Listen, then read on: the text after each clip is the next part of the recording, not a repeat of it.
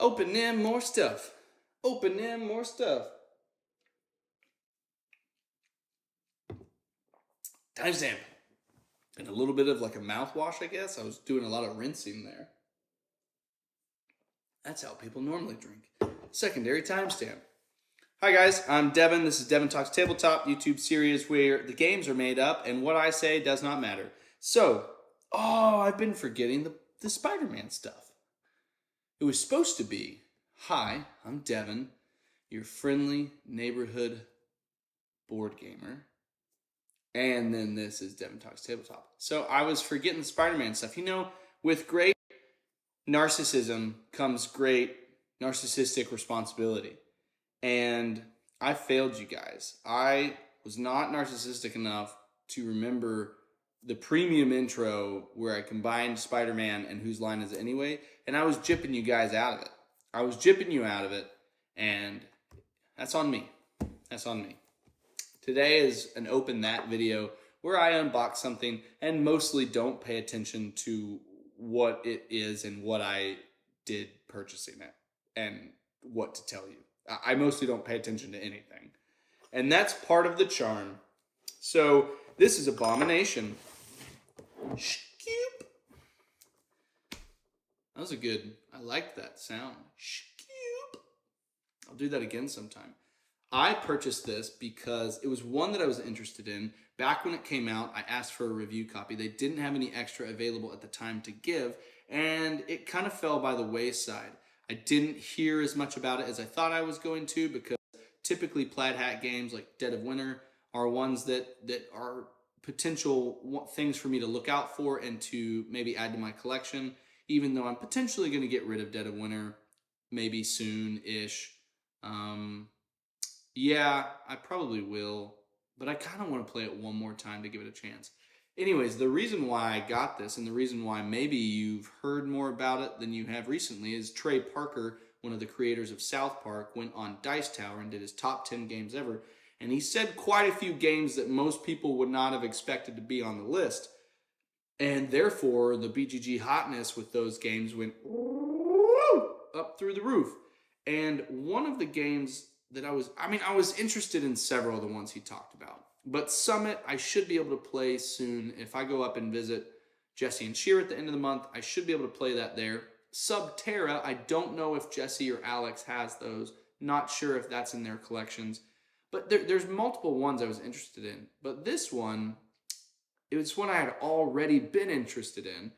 And Trey acknowledged, hey, when this game came out, people played it and were like, I don't like A, B, C. I don't like the length. I don't like some of the arbitrary mechanics that are in the end game and how players like have victory or don't have victory. And he named off these critiques. And then he said the designer of the game came out with a secondary rule set that fixes all of that. And so it makes the game shorter, and it makes it more punchy, and it takes away some of the arbitrary like loss of player agency at the end. And so I was like, ooh, a game I was interested in that has been adjusted for things that I probably would have also been frustrated with. I would have been frustrated with the longer playtime, because that's one of the reasons why I was unhappy with Dead of Winter as I got more into the hobby. And as I looked back, I was like, man, that was a game that takes like 2 or more hours and you lose most of the time. And it's just doesn't feel great. And if this one took too long and then also at the end game felt like it didn't feel good, then seems like those are some of the same problems I had with Dead of Winter. But if it's fixed, and if it's fixed by the designer, who to me, knows the game the most intimately, and it's not just like a fan rule set that has been created, that has me much more excited. And so kind of right when the video came out, this game normally I feel like bounces between like $40 and $60. And I don't know what it is right now. I haven't really checked it since I purchased it. But I found it on sale for $23. Like brand new on sale for $23. And so I said, you know what? That was really satisfying. I liked kind of that envelope pull. That felt good. I was like, you know what? $23 That's as cheap as some of the small box games that I purchase. And I was like, let's do this. Because thematically, I think there's a lot of theme to this. You know, you're trying to create Frankenstein's monster, Frankenstein's heir. And so I do that a lot. And then I find that it's inconvenient for me to like nest it within that. So I'll just give you that view. There you go. And I'm going to look at this. So yeah, you know, you're creating like I think the thematic aspect of this is that Frankenstein is in the background pressuring the players as individual scientists or, you know, visionaries to create his heir, whether it's like a bride or whether it's, you know, like a successor. So I really liked the theme of it. I thought that was cool that you're building Frankenstein. And yeah, so prologue. 20 years have passed since the scientist Victor Frankenstein met his end in pursuit of the creature he had made himself, an abomination crafted from the desecrated parts of a multitude of corpses, both human and animal. 20 years since Captain Robert Walton broke his vow to hunt down the creature and remove its foulness from the world. The year is now 1819, and a sinister darkness has descended upon the city of Paris.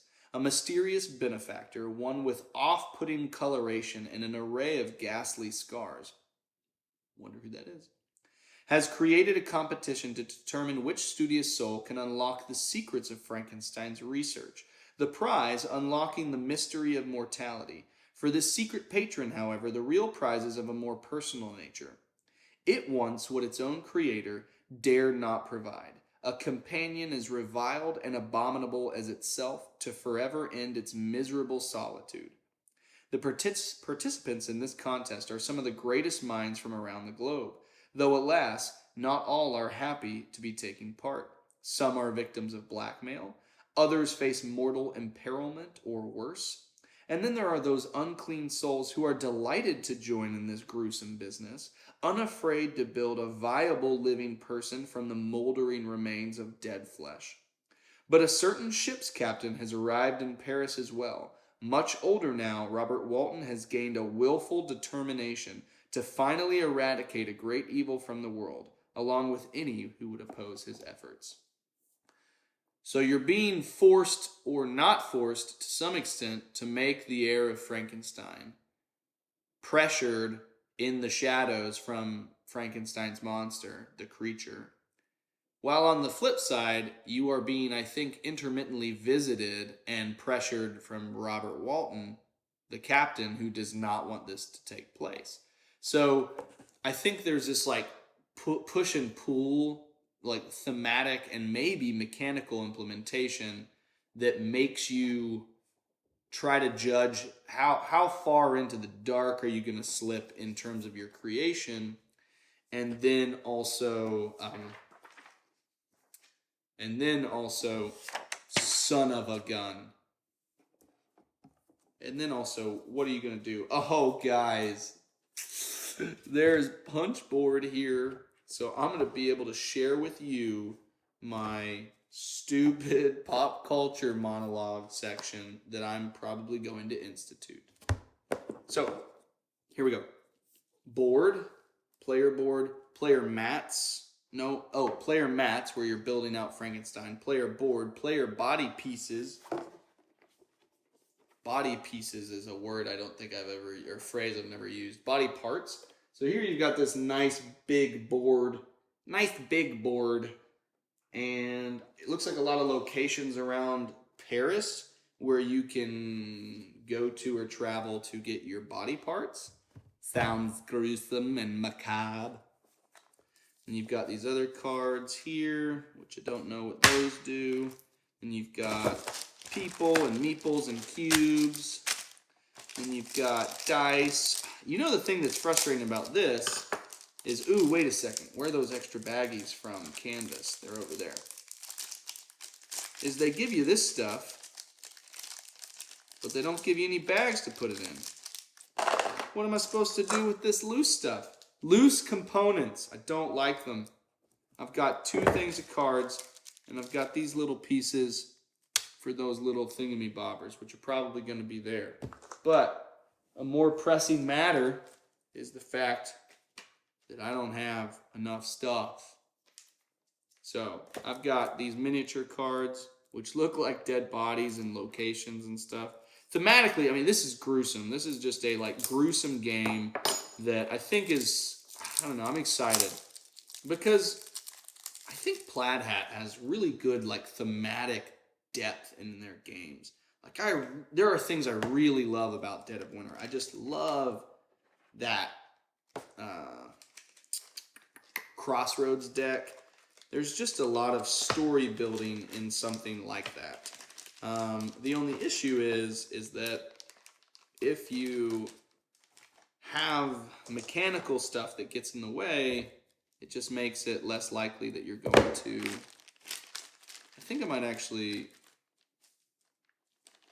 leave these baggies loose so that I can then put these cards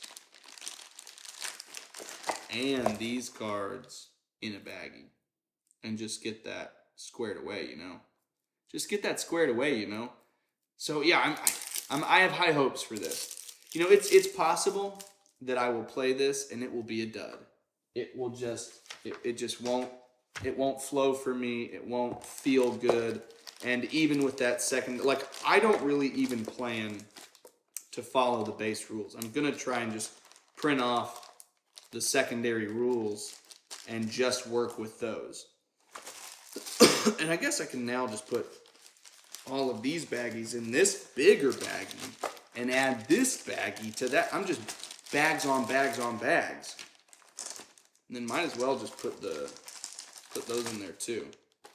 So now what this does is this creates good old trough. Who doesn't love a trough for where you put your game? I mean, just punch me in the face, okay? Just punch me square in the face.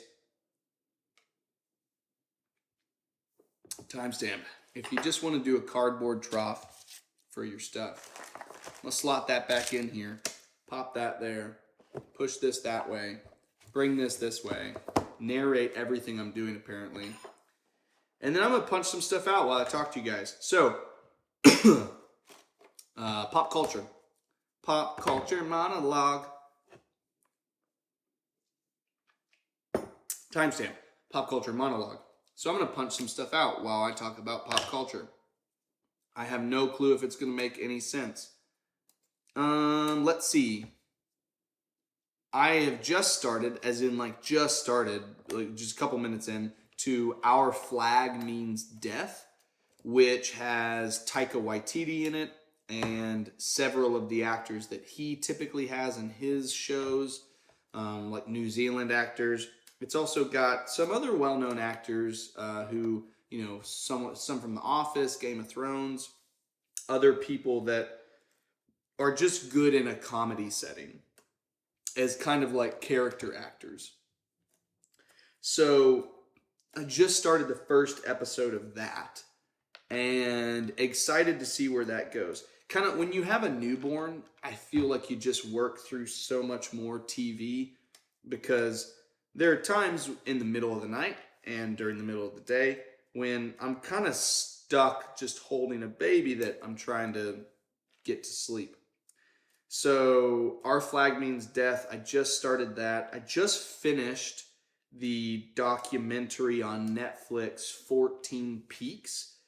If you have any interest in people who do mountaineering, which is a pretty scurry world, there's a guy who is a Nepalese climber. His name was Nimj Burjan.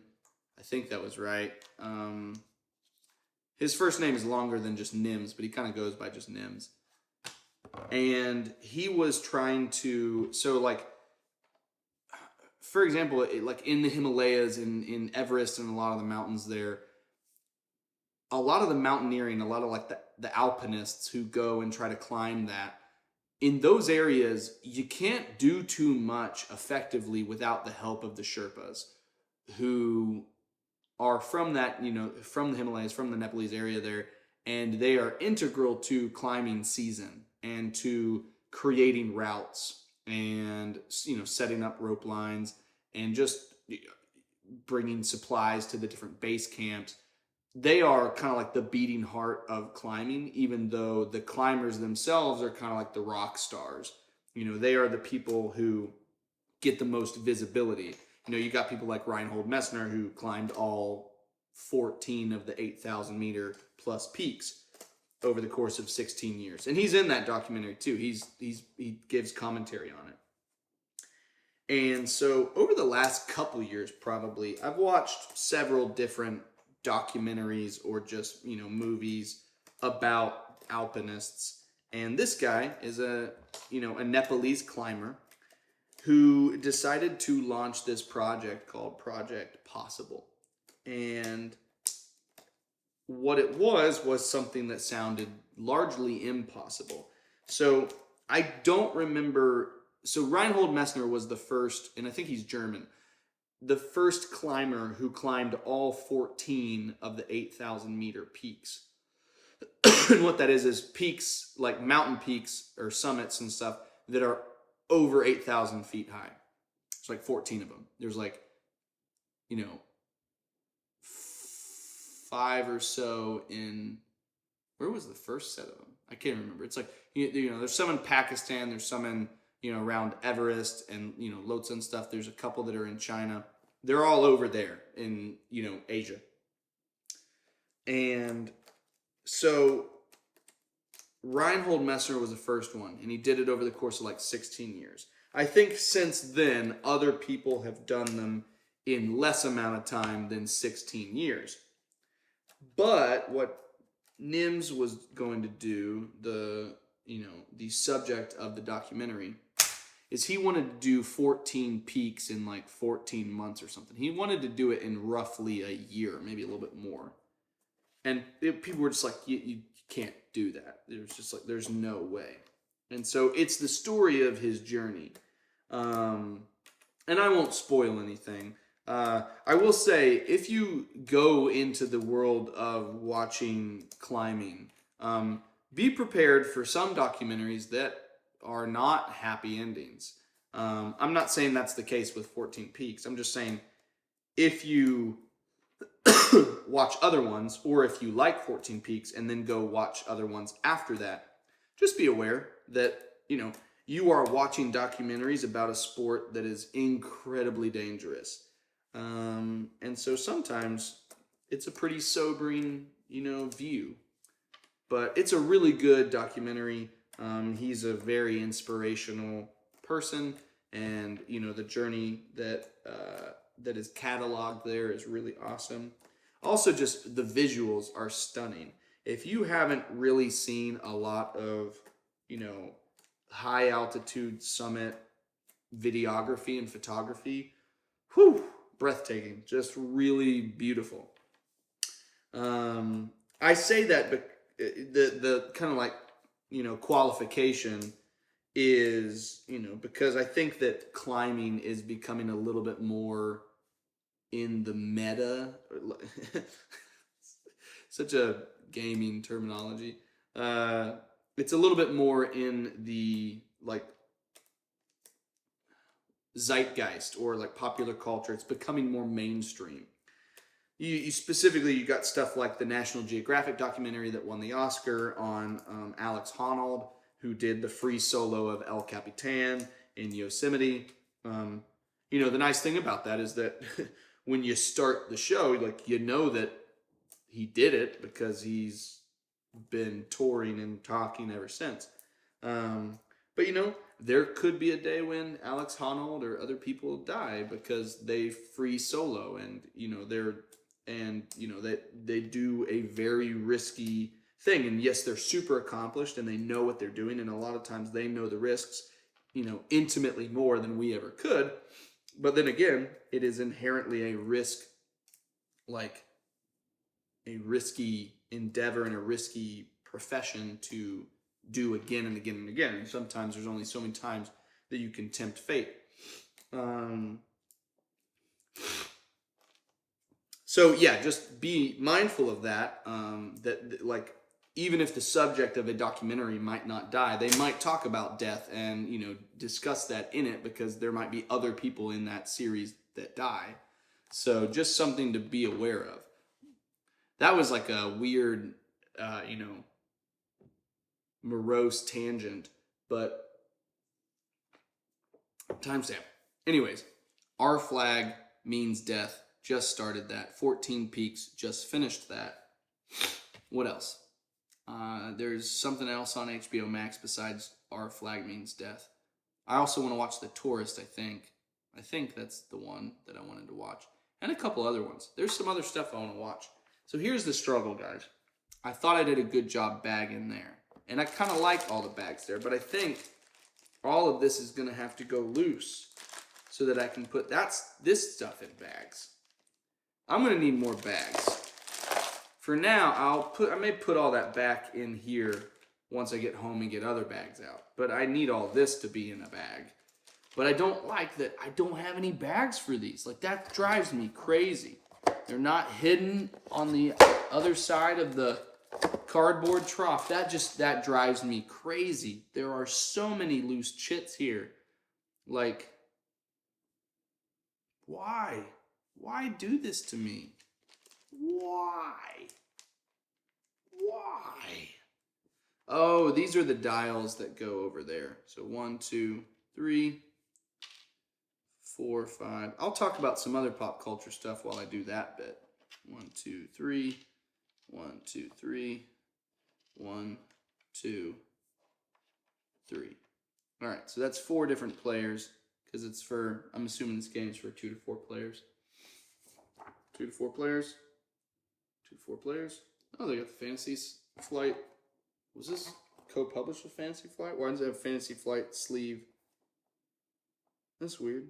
Oh, because I think Fantasy Flight, aren't they a part of Asmodee? And so is Plaid Hat.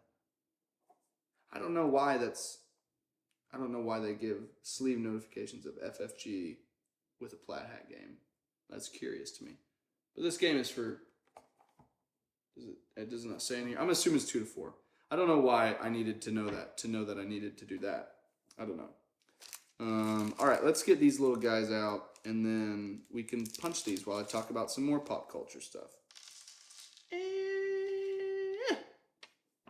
This drives me crazy. I'm going to put all this stuff in here. So let's see. I'm just going to keep talking about pop culture stuff. So those are other ones that I want to do. Did you guys see Brandon Sanderson's Kickstarter? That's insane. Like over $22 million. I think Alex talked about it on his week in review. But nobody likes Alex. I'm just kidding. Everybody likes Alex. Except for the people that don't like Alex. Some people aren't going to like him. Some people aren't going to like me. Some people aren't going to like other people. That is okay. I probably shouldn't be emptying that into there right next to my drink on the off chance that I accidentally toss something into my drink. That just doesn't seem sensible. But like, look at this. Look at this mess. But this mess is going to be contained to a bag. The other mess would have just been contained to the inside of a much larger bag. And that would have made, or box, and that would have made that miserable the next time I opened this. I wonder if those are actually supposed to stay there. So those have holes in the middle, and those have holes in the middle. How am I supposed to, is there an instruction for that? Yes, there is. Attribute dial assembly. I need to think about something pop culture that I want to chat with you guys about. So there's 4 of these, so we'll just do one at a time. Gonna pop out these center pieces. Let's see, you've got humanity, reputation, and expertise. Definitely sounds like some stuff that you want to wiggle with. Change up your humanity, decrease your expertise, increase your reputation. All right, so you got the dial first. Then you have the small piece on top of that. Then you have the chunky bit first.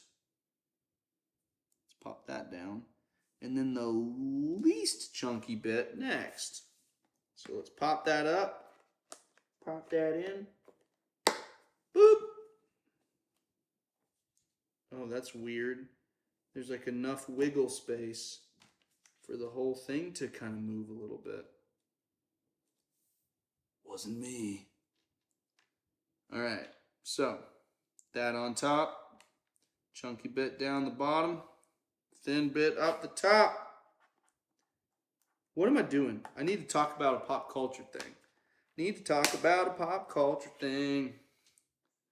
What else? What else have I been watching or reading?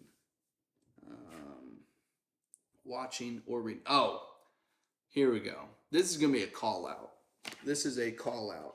Hashtag call out on to Jesse and Alex. You know what? I know I can't. I can't do it on Rena. I can't. I like her too much.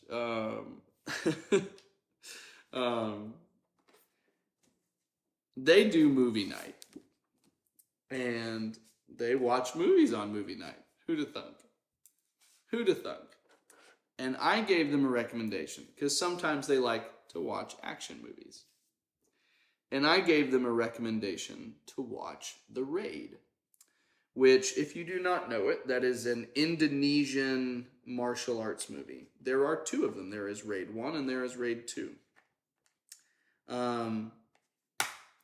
And they complained about it enough that they called me while watching with it, like 45 minutes in, and said, is this going to get any better? We don't want to watch it anymore. And I was like, if you don't like it, you don't like it. But I was like, try to give it like 5 to 10 more minutes. And they did.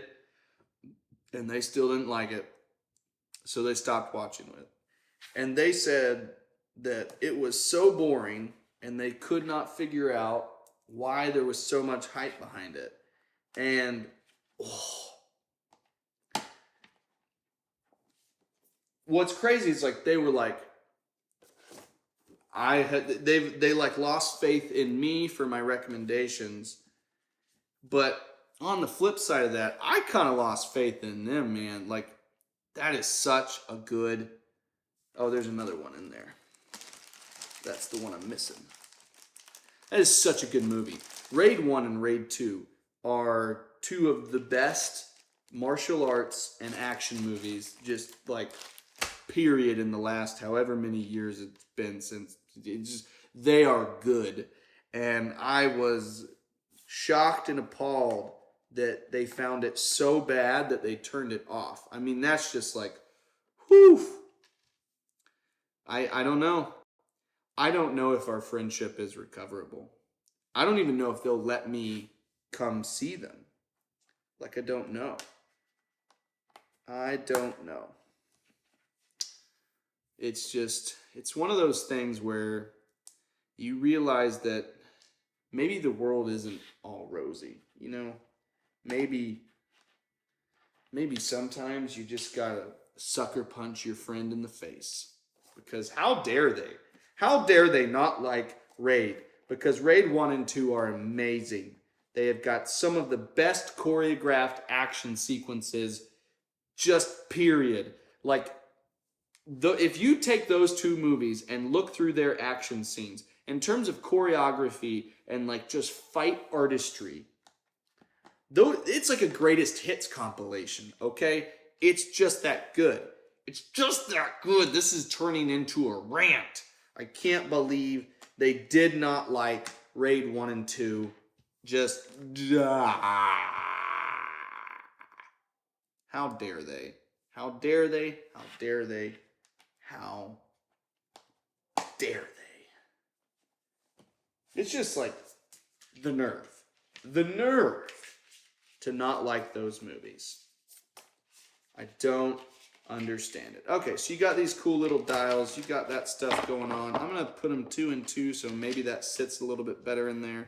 This doesn't have anything going on, except it's for story stuff. That goes maybe right there. This is just an extra, so I'm going to pop that in there. Oh, look, they have a baggie for small things, except for all of those.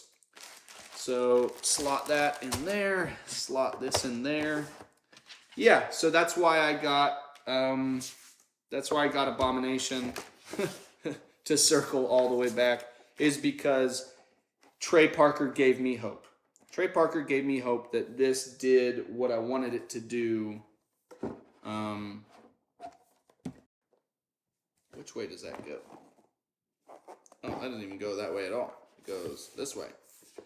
Yeah, Trey Parker gave me hope that this could be a game that, with those different rule sets, could be something that is really short. That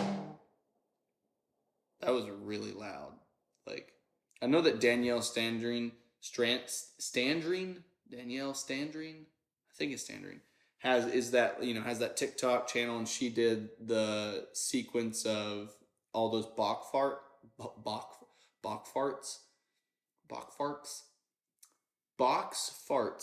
and that was loud. Like, that was aggressive. That's all she wrote. That's all I got for you folks. That's all for now. I'll see you in the next video. This is Devin. Devin Talks Tabletop. Hope you enjoyed it. See you guys.